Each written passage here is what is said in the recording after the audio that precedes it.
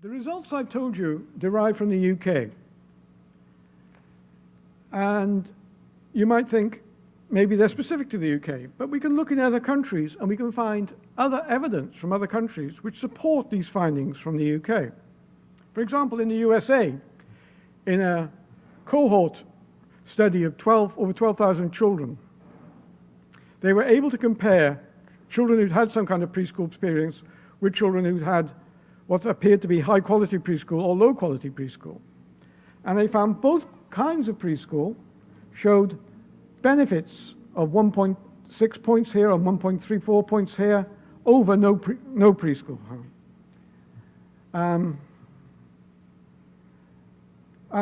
that was for the whole population. For children in poverty, the effects were even stronger. And for children where the mother was of low education, again, the effects were stronger. So the USA results support the UK results. Also, in Norway rolled out state-funded preschool education gradually from the end of the 60s and throughout the 70s, which led to a huge increase over the 70s in the amount of preschool education. But the rollout was gradual across the country.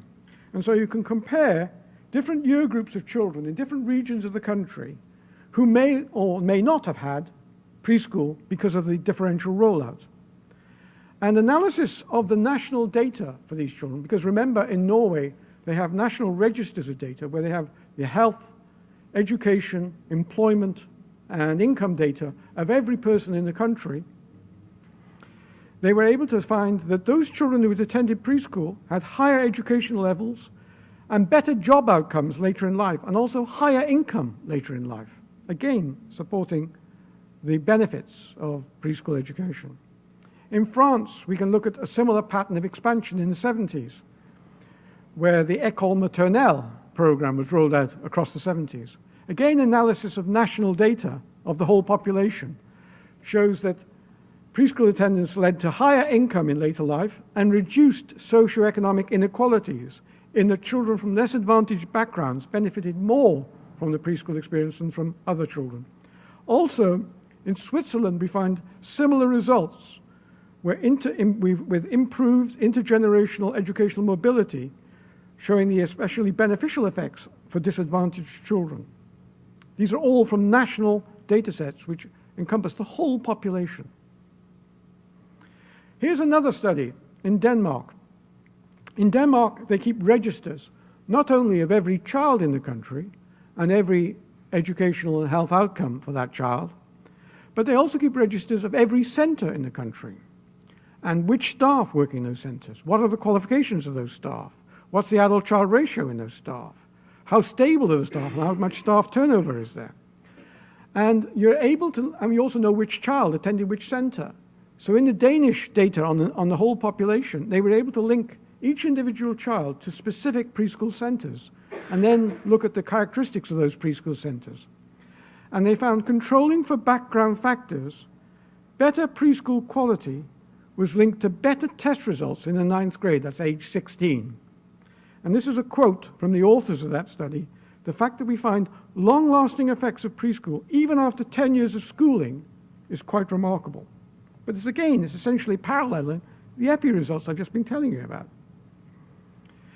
And we can see other benefits in countries other than the developed countries. For example, in Asia and South America, there have been studies in Bangladesh, Uruguay, and Argentina, which all have found that the educational attainment of children improved after attending preschool.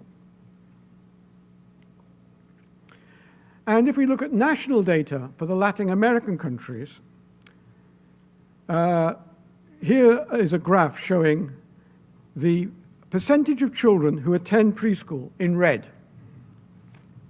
And we see a gradual increase here in the red line, coming up to 100% almost in Cuba.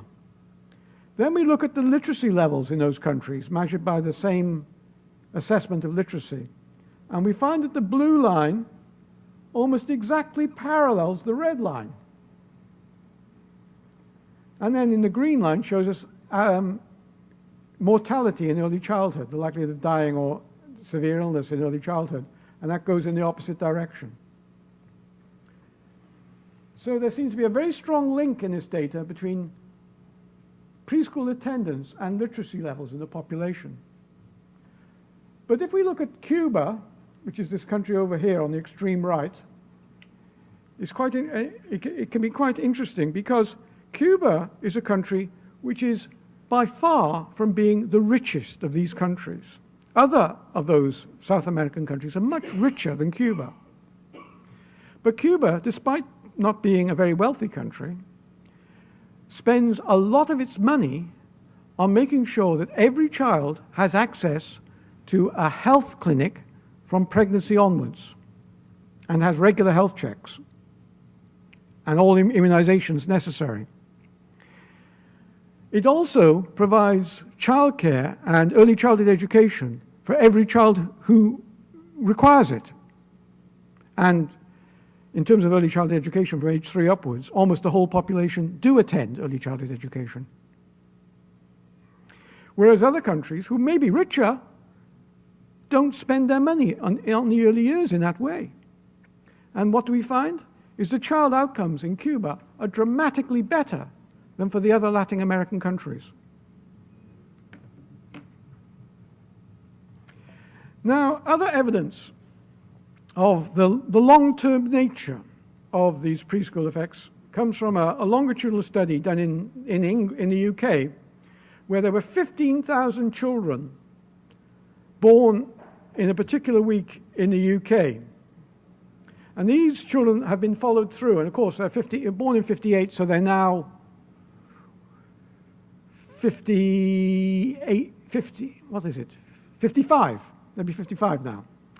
And we've got data on these children right through adulthood. And this is an analysis on the data up to age 33, where we find that controlling for child, family, and neighborhood characteristics, there were long-lasting effects from preschool education, where those children who attended preschool had better cognitive scores at age 7 and 16, and in adulthood, they showed a higher probability of good educational qualifications, better employment at age 33, and better earnings at age 33 than the children who hadn't had preschool. That's going back to children born in 58 when preschool provision was very haphazard in the UK. So, overall, what can we say? We see gains from early childhood education and care. The gains are in terms of educational and social adjustment, educational achievements improved, special education and grade repetitions reduced, behavior problems, delinquency and crime are reduced, employment, earnings and welfare dependency are improved, smoking, drug use and depression are reduced. Of course, this leads to decreased costs to government, with schooling costs reducing, social service costs reducing, crime costs reducing, health costs reducing. And Charles Pascal, who's in the audience, did an analysis of these cost-benefit savings for Ontario and concluded that they were very substantial for the provision of early childhood education, should it be provided across Ontario. We can look at other kinds of international results. PISA results, which PISA stands for Program of International Student Assessment, which gives standardized assessments of the same kind in many different developed countries, most of the countries belonging to the OECD. And the OECD report that 15-year-olds who'd attended a preschool were on average a year ahead of those who had not attended preschool. Also, the PISA results suggest that preschool participation is strongly associated with reading at age 15 in countries that have sought to improve the quality of preschool education and provide more inclusive access.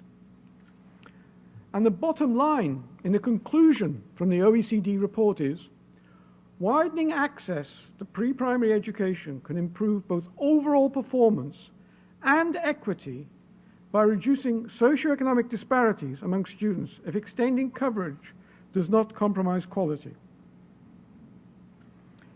Okay, let's see. Now, these messages are starting to get through to some members in high places. For instance, this is a quote from Ben Bernanke in 2011, who might be regarded as the second most powerful man in the USA, in that he's head of the Federal Reserve Bank. Research increasingly has shown the benefits of early childhood education and efforts to promote the lifelong acquisition of skills for both individuals and the economy as a whole. The payoffs of early childhood programs can be especially high. So, lessons. Early years are very important. Early childhood education and care can be regarded as part of the infrastructure for a successful society. High-quality early childhood education and care can boost development. Also, however, remember, parenting is also very important. In fact, parenting effects are twice as important as non-parenting effects. But early childhood education and care lift the population curve. Remember I showed you that graph which showed that you had a lift across the whole of the population spread? Now this means that if you introduce early childhood education, because the whole population is going up, you can sometimes think, we still get differences in our population, and we still, the benefits may not be immediately apparent because everybody's improving at the similar relative rate. But if you have measures before and after the preschool was in place, you will see the way that the population curve changes and is lifted.